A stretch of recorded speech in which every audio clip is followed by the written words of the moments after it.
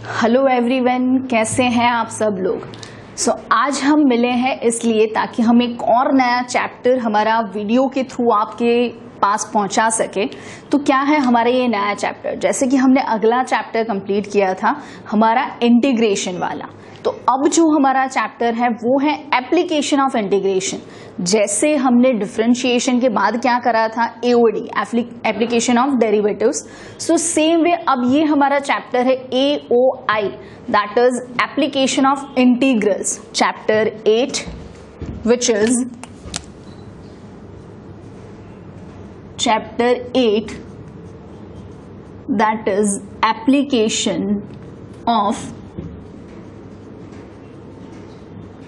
integrals।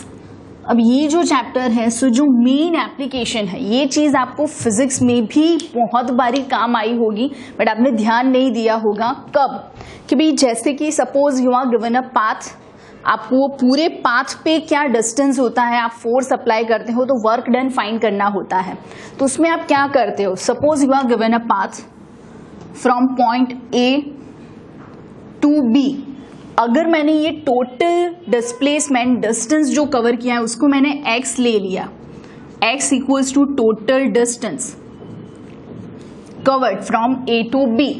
लेकिन when it comes to physics उसमें क्या होता है कि हमें ऐसा कुछ करना होता है कि भी taking a particular portion, so this is the linear portion, let this much portion is of dx, मतलब ऐसे dx जैसे इनफाइनाइट पोर्शंस होंगे in the whole given path a to b। So taking dx dx dx dx, that is dx1 dx2 dx3 up to dxn, ऐसे infinite portions हमें लेने हैं। We have to integrate them. How to integrate, तो integrate करना मतलब इकट्ठा करना, मतलब we have to apply the summation, that is kind of a sigma. तो ये जो हम समेशन करते हैं उसका मतलब हम इंटीग्रेट करते हैं। सो जो हम इंटीग्रेशन करते हैं कि इंटीग्रेशन ऑफ dx, सो इसका मतलब क्या हुआ कि इंटीग्रेशन ऑफ dx, अगर ये वाला पोर्शन है x1 से, ये वाला पोर्शन है x2 से, so this is from x1 to x2। ये हमें लिमिट वाला इंटीग्रेशन पता है, this is called finite integration, जो लिमिट्स में होता है। अब जैसे कि हमें इंटीग्रेशन की ये फॉर्मूला पता है कि integration dx which is called 1 dx from x1 to x2, तो क्या होता है इसमें, जैसे this thing can be taken as 1, मतलब x raise to 0, simple integration अगर हम सोचे, सो x रेज टू 0 उसका इंटीग्रेशन होगा x raise to 1 upon 1 from x1 to x2। आपको लगेगा कि मैंने c नहीं लिखा है, बट ये हम चैप्टर 7 में सीख चुके हैं when it comes to finite integration. Finite integration मतलब अगर मैंने आर्बिट्री कांस्टेंट लिखा है फिर भी वो लिमिट्स में सब्ट्रैक्ट हो जाना है, जैसे कि suppose this is plus c from x1 to x2, so it is always the upper limit minus the lower limit। तो क्या होगा, upper limit is your x2 plus c as it is minus x1 plus c, so obviously दिख रहा है कि c cancel, so it is x2 minus x1। ये है आपका फिजिक्स वाला यूज जो हम करते हैं, बट आपने कभी नोटिस नहीं किया होगा कि this is actually AOI application of integrals. क्या होता है कि ए टू बी का अगर मुझे डिस्टेंस चाहिए, डिस्प्लेसमेंट चाहिए, so that equals to x2 minus x1। कैसे, x1 से स्टार्ट किया, x2 तक हम पहुंचे, सो ऑब्वियसली द डिस्प्लेसमेंट और distance cover is second minus 1 which is x2 minus x1। तो ये dx जैसे इनफाइनाइट पोर्शंस को हमने इंटीग्रेट किया। So this is the biggest use that we are already doing. ठीक है, ये हम यूज ऑलरेडी कर रहे हैं, लेकिन उन लोगों ने ये चैप्टर में क्या बोला है कि हमें जो चीज यहां पे चाहिए which is biggest application of integration is to find out area and volumes। जैसे आपके सिलेबस में सिर्फ एरिया इंक्लूडेड है, ठीक है, लेकिन वॉल्यूम भी हो सकता है, तो हम एरिया पे कॉन्सेंट्रेट करते हैं। तो क्या नॉर्मली एरिया की फॉर्मूला क्या होती है, जैसे कि सपोज यू आर गिवन, किसी का भी अगर आपने एरिया लिखना है, सो अगर मैंने लिखा सर्कल का area, so that is pi r square. अगर मैंने लिखा स्क्वायर का area, that is x square. अगर मैंने लिखा रेक्टेंगल का area so which is x into y. अगर मैंने लिखा ट्राइंगल का area so that is half into base into altitude. मतलब ये जितने भी फॉर्मूलाज है, कोई भी चीज हो, एलिप्स हो, हाइपरबोला हो, पैराबोला, कुछ भी हो सकता है, कोई भी, it can be any kind of curve. लेकिन when it comes to the area, बहुत सिंपल है कि एरिया की फॉर्मूला में हमेशा वेरिएबल्स या तो एक होगा तो उसके 2 पावर होंगे, पावर 2 होगा, या फिर 2 अलग अलग वेरिएबल्स हैं अगर आपके पास तो दोनों का मिला के पावर 2 होगा। जैसे कि यहाँ पे टोटल पावर इज 2। अगर मैंने लिखना है total power so total power हो गया है 2। यहां पे भी आप देख सकते हैं कि टोटल पावर इज 2। यहां पे भी x raise to 1, y raise to 1, so TP equals to 2। It is not time pass, it is total power. So now for this one base into altitude, so the total power is 2। ये basic चीज है area के लिए। सो ये हमारा use है application of integration या application of integrals. हमें with the use of integration कोई भी कर्व दिया होगा, बी श्योर दैट कि आपको वो कर्व कहाँ पे कहाँ से ड्रॉ करना है सिर्फ वो समझ में आना चाहिए। ठीक है, just be precise with the drawings you are taking that. अगर आपको पैराबोला दिया है तो वो ऊपर वाला है, नीचे वाला है, साइड वाला है या इस साइड वाला है, वर्टिकल है, हॉरिजॉन्टल है। If you are given an ellipse तो वो एलिप्स का मेजर एक्सिस कौन है, हाइपरबोला है तो उसमें कहाँ पे क्या ड्रॉ करना है, लेटस रेक्टम कहाँ पे देना है, आपको डायरेक्ट्रिक्स कहाँ पे लेनी है। जस्ट सिर्फ आपको ये सारी चीजें मालूम होनी चाहिए। The total things we have done, ये जो भी सारे कर्व्स हैं we have done them in standard 11। Conics वाला चैप्टर था, स्ट्रेट लाइंस वाला चैप्टर था, तो हमें पता है। आपको करना क्या होगा कि कोई भी एरिया अगर आपको फाइंड करना है, ठीक है, फॉर एग्जाम्पल मैं इन जनरल एक कर्व ले लेती हूं।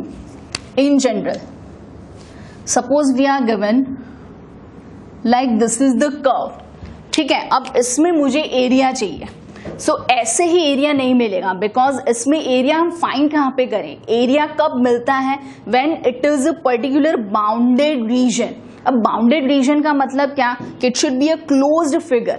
जो भी पूरी आपको फिगर दी गई है it should be a closed figure, एक बंद सा चित्र होना चाहिए, चारों ओर से घिरा हुआ with the borders. It should be bounded, तो ही हम उसका एरिया फाइंड कर सकते हैं, वरना इट शुड बी इनफाइनाइट। अगर मैं इसका लेफ्ट साइड वाला पोर्शन देखूं तो इनफाइनाइट, इसका राइट साइड वाला पोर्शन देखूं तो infinite, so it can not be found without the limits. Suppose I am going to take the limits as, let's take, this is a vertical line which is x equals to a, and this is again a vertical line which is x equals to b. मतलब we are starting from x equals to a to x equals to b. मतलब limits किसकी हो रही है, x की। ये जो limit हो रही है वो x की। तो अगर मैंने बीच में से कोई एक छोटा सा पोर्शन ले लिया, just a linear portion, so that is going to be dx. क्यों dx? Because limit is of x, मतलब x की लिमिट है, so it should be dx. अगर y की लिमिट होती तो it should be dy. तो अगर मैंने एरिया फाइंड करना है, मैं अगर शेडेड पोर्शन आपको दिखा दूं, so this is the area that we have to find out. तो अब ये एरिया के लिए, ये जो एरिया हमें फाइंड करना है उसके लिए we have to start with this point x equals to a till we have to go with x equals to b. So what is the area? First of all I am going to take area equals to mode of I.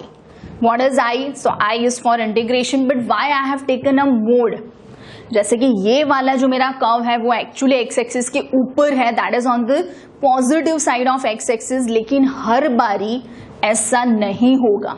The values of the x can be in the downward direction as well. तो उस बार हमें जो area लेना है, area never can be negative but the integration can be.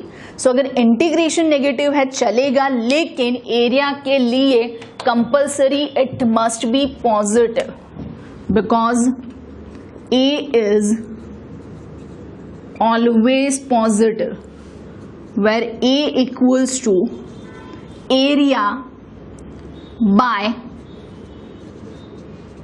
Given curve.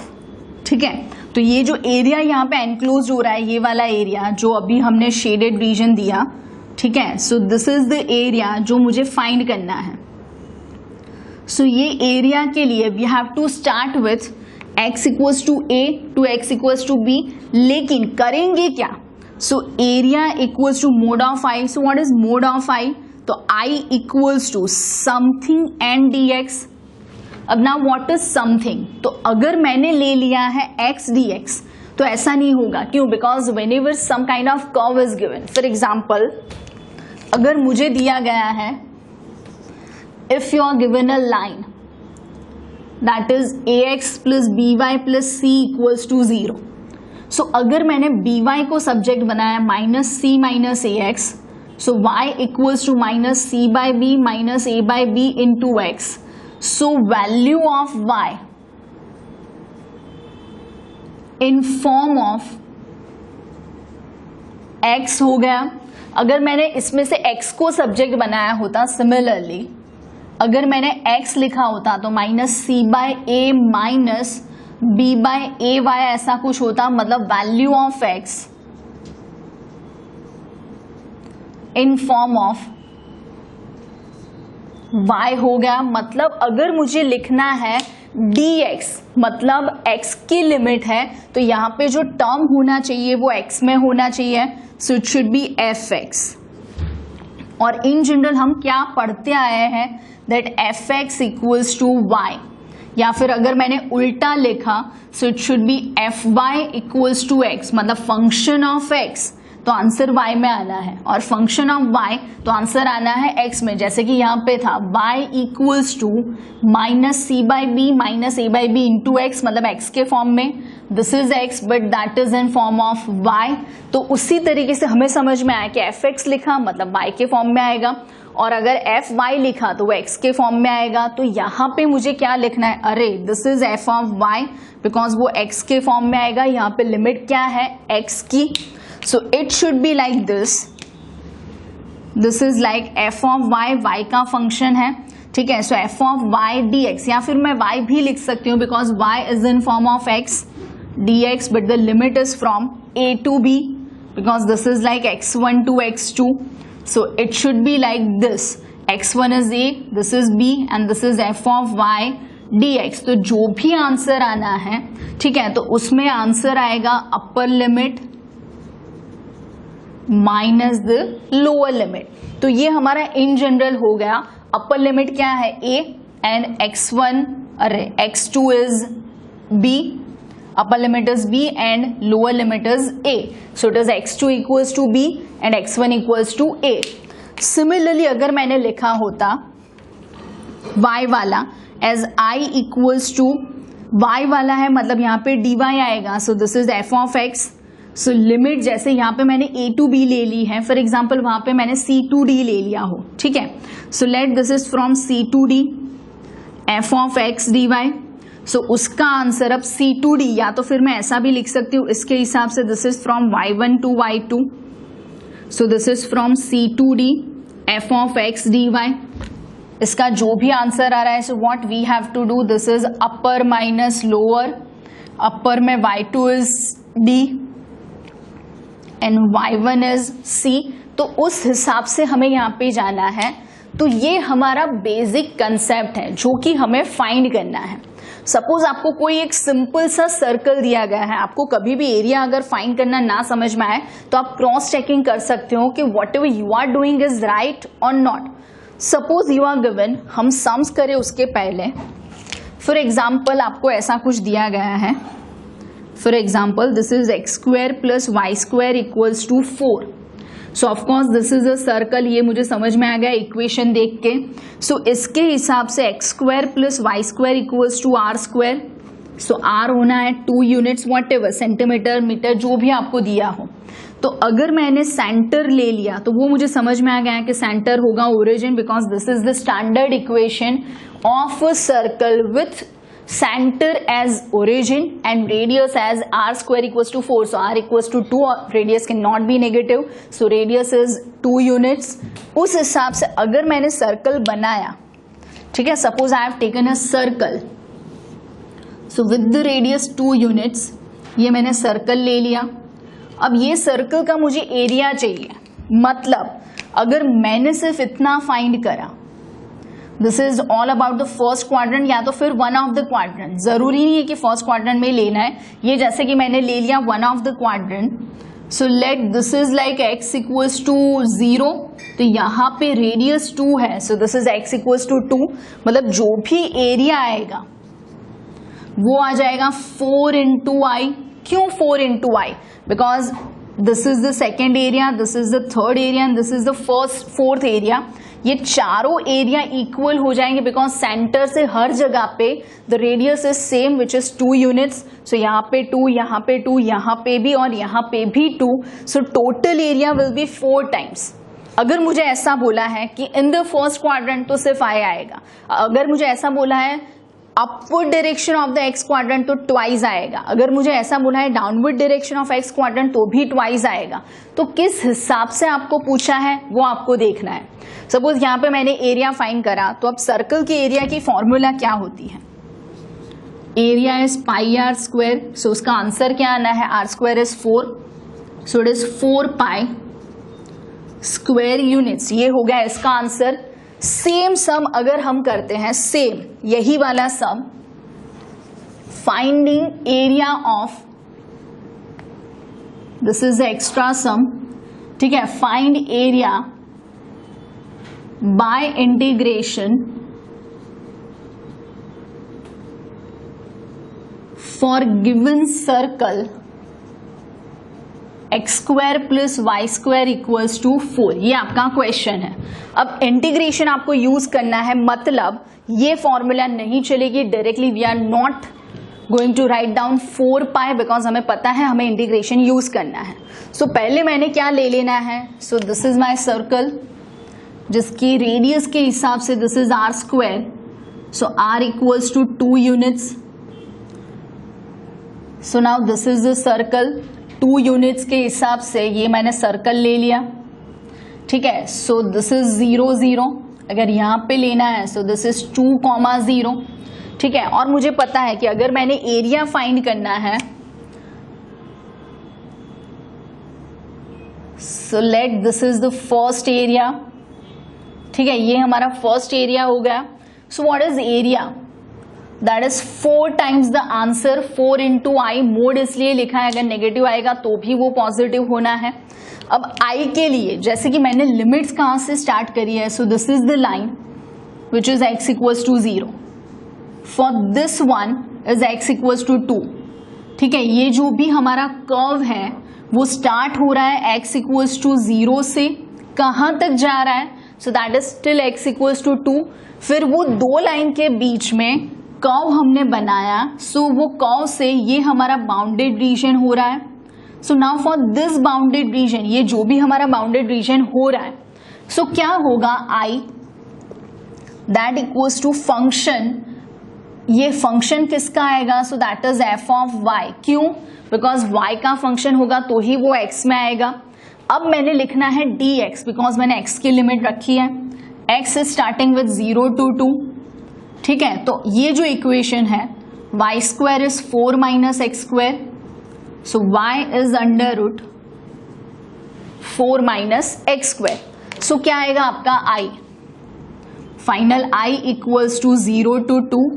This is under root 2 square minus x square dx.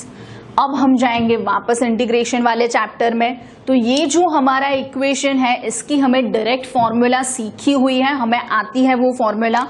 क्या थी इसकी formula? Under root of a square minus x square. So it is x by 2 into under root of x square minus A square plus A square by 2 into sine inverse x by a. Let me write down the formula. It is integration of under root of a square minus x square dx which equals to x by 2 under root A square minus x square plus A square by 2 sine inverse x by plus c. Actually लिखने की जरूरत नहीं है because this is the integration with the limits. Finite वाला integration है. तो क्या आएगा यहाँ पे? जैसे कि अब अगर मैंने यहाँ पे ये चीज लिखी तो क्या होगा? Under root of 2 square minus x square. तो उस हिसाब से this equals to with the limits from 0 to 2 वो लिखना है x by 2 into under root 2 square minus x square plus a square which is 4/2 into sin inverse x by a which is x/2 because a equals to 2. ये हो रहा है हमारे यहाँ पे. So limit is from 0 to 2. So we have to place upper minus lower. Upper minus lower is my question. So क्या आएगा? Upper that is 2. Placing 2. Place करिए यहाँ पे 2. So that is 2/2. This is under root 4 minus 4. वो हो जाना है 0. Plus 4/2 as it is and this is sin inverse 2/2 minus lower limit बाकी है अभी. सो अगर मैंने लोअर लिमिट प्लेस करी x के बदले so that is 0/2. This is under root 4 minus 0 plus 4/2 and sine inverse 0/2. अब ध्यान से देखें क्या होगा. So this value under root of 4 minus 4 this is 0. This is 0 into something will be 0 and sine inverse 0 is again 0. ये हमें पता है. तो उस हिसाब से अगर मैंने यहाँ पे सम लिखा तो क्या आएगा. This is 4/2 which is 2 sine inverse 1. अब साइन इनवर्स 1 मतलब क्या होता है. तो साइन 1 होता है भाई 90 पे. We are not going to make it 5π/2. ऐसा कुछ नहीं होगा बिकॉज माइनस π/2 टू π/2. तो उस हिसाब से साइन इनवर्स 1 विच इज π/2. सो ये हो गया पाई. अब आपको लगेगा 4 आना चाहिए था. तो 4 है भाई. क्यों. बिकॉज ये तो सिर्फ आई का आंसर है. What is the area. So the required area is equals to a equals to 4 into mod I equals to 4 pi. ये हो गया हमारा answer. This is using this method. ये भी था 4 pi, ये भी हो गया 4 pi. तो this is the best use that we can apply for application of integration.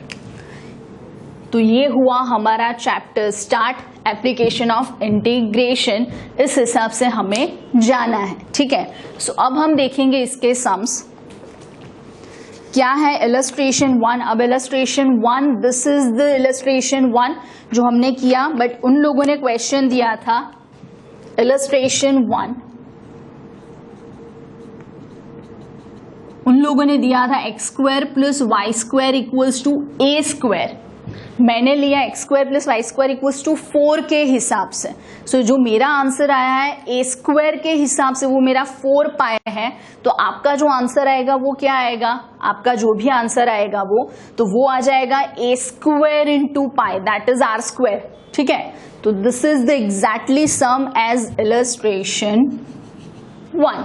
So moving with the next illustration 2. क्या दिया है उन लोगों ने इलस्ट्रेशन 2 में. ऐसा नहीं है कि आप x की लिमिट ही ले सकते हो. You can also take the y limit जिस हिसाब से आपको समझ में आए. The next is the area of the ellipse. Same sum है which is x² upon a² plus y² upon b². Illustration 2 area of ellipse x² upon a² plus y² upon b² equals to 1. So पहले मुझे क्या करना है. या तो x² को या तो y² को हमें सब्जेक्ट बनाना है. So that is y² upon b² is 1 minus x² upon a². ठीक है. तो उस हिसाब से अगर मैंने यहाँ पे एलसीएम ले लेना है तो क्या आएगा. This is like a² minus x² upon a² LCM ले लिया. सो व्हाट इज y². ये b² जाएगा ऊपर. सो it is b² by a² into a² minus x². सो इस हिसाब से अगर मैंने y लिखा, ध्यान से प्लस और माइनस आना है बट हम नहीं लिखेंगे बिकॉज एरिया की फॉर्मूला है. So y equals to b by a under root a² minus x². We are not going to make it as plus और माइनस बिकॉज एरिया फाइंड करेंगे तो अपने हिसाब से ही वो पॉजिटिव आना है. सिर्फ एक चीज हम कंफर्म करते हैं कि उन लोगों ने एरिया पूरा पूछा है या सिर्फ इतना ही है. नहीं, उन लोगों ने पूरा पूछा है. एरिया एनक्लोज्ड बाय मतलब ये पूरे एलिप्स से. तो एलिप्स कैसा बनेगा यहाँ पे. जैसे कि अगर यहाँ पे मैंने एलिप्स ले लिया तो जैसे मुझे ये देना चाहिए कि a बड़ा है या b बड़ा है. सो लेट मी कंफर्म उन लोगों ने क्या दिया है. सो उन लोगों ने ऐसा कुछ नहीं दिया है कि ए बड़ा है या बी बड़ा है. So ellipse can be anything, like it can be a vertical ellipse और it can be a horizontal ellipse. कुछ नहीं दिया है मतलब it must be in general a horizontal ellipse. So this is the ellipse. अब ये ellipse के हिसाब से अगर आप सोचो, एलिप्स कुछ नहीं है, एलिप्स इज लाइक दबा हुआ सर्कल. आपने सर्कल लिया, उसको ऊपर से ऐसे दबा दिया, ठीक है, दोनों साइड से कंप्रेस किया, तो ये हो जाना है हमारा एलिप्स. क्यों? क्योंकि ऊपर से रेडियस कम हो जाएगी और यहां से बढ़ती जाएगी. तो अभी जो हमारा एलिप्स है उस हिसाब से अभी वाला जो एलिप्स है उस हिसाब से अगर हमने एरिया फाइंड करना है, दिस इज ए जो कि हमारे एलिप्स में होता है ए dash. This is a comma 0, this is minus a comma 0, this is the line where x equals to 0. ये जो लाइन है this is x equals to a. उस हिसाब से अगर ये x equals to a वाली लाइन है, सो अगर मैंने एरिया ले लेना है इतना सा, सो ऐसे 4 पोर्शंस हो गए because this ellipse is symmetric about axis. दिख रहा है सिमेट्रिक अबाउट एक्सिस, जितना एक्स एक्सिस के ऊपर है उतना ही नीचे है, जितना वाई एक्सिस के लेफ्ट में है उतना ही वाई एक्सिस के राइट में है. So this is symmetric about axis. So this is the area what we have to find out, but इसका 4 टाइम्स बिकॉज ये मैंने सिर्फ इतना फाइंड करना है. तो total area is 4 times of I. ठीक है, तो क्या होना है आई विच इक्वल्स टू, आई में होगा क्या कि हमें लिमिट लेनी है x की बिकॉज मैंने y को सब्जेक्ट बनाया है. So it is y dx from 0 to a. तो क्या आएगा यहाँ पे अगर मैंने वैल्यूज रखी, सो y के बदले क्या होगा. So y is b by a plus और माइनस लिखेंगे तो भी चलेगा, लेकिन मैंने पता है कि हमें एरिया में डायरेक्टली मोड ही करना है. So it is like b by a under root of a square minus x square d x from 0 to a. तो obviously we can take this b by a common. अब जो formula आनी है ditto उधर लिखेला ही है, हमने लिखा हुआ है कि क्या है हमारी फॉर्मूला, हमें ऑलरेडी पता है और हम इतने स्मार्ट हैं ना कि भी हमें पता ही था कि ये फॉर्मूला आने वाली है तो हमने लिख रखी है. क्या आएगा उसका आंसर, सेम डिट्टो वही का वही छाप डालो. क्या आएगा x by 2 under root A square minus x square plus A square by 2 sine inverse of x by a. कहां से कहां तक, यहां से वहां तक, मतलब 0 से a तक, चांदनी चौक से चाइना तक. क्या होगा यहाँ पे, अब आंसर देखिएगा, हमें लिखना है अपर लिमिट, जैसे यहाँ पे हुआ था upper limit minus lower limit. तो ये b by a as it is into upper, क्या होगा अपर लिमिट में. So x equals to a place करना है. So this is a by 2 under root A square minus A square plus A square by 2 sine inverse a by a. This is the upper limit minus lower, this is 0 by 2 because x के बदले 0, A square minus 0 plus A square by 2 sine inverse 0 by a. Same ditto as the previous sum. क्या होगा, ये जो A square minus A square 0, 0 by 2 0, sine inverse 0 is 0, cos inverse में 0 0 नहीं होगा ध्यान से.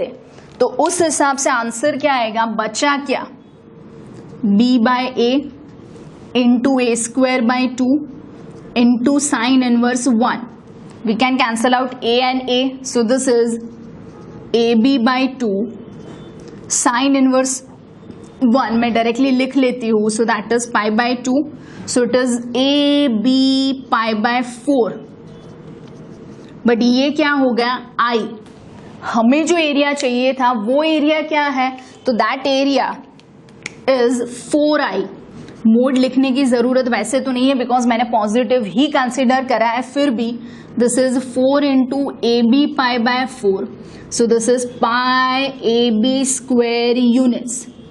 अब सपोज यही वाला सम आपको एमसीक्यू में पूछा है, बहुत ही सिंपल है ध्यान से. जैसे कि अगर आप सर्कल का एरिया लेते हो, अगर आपने सर्कल ड्रॉ करा है, so this is the circle.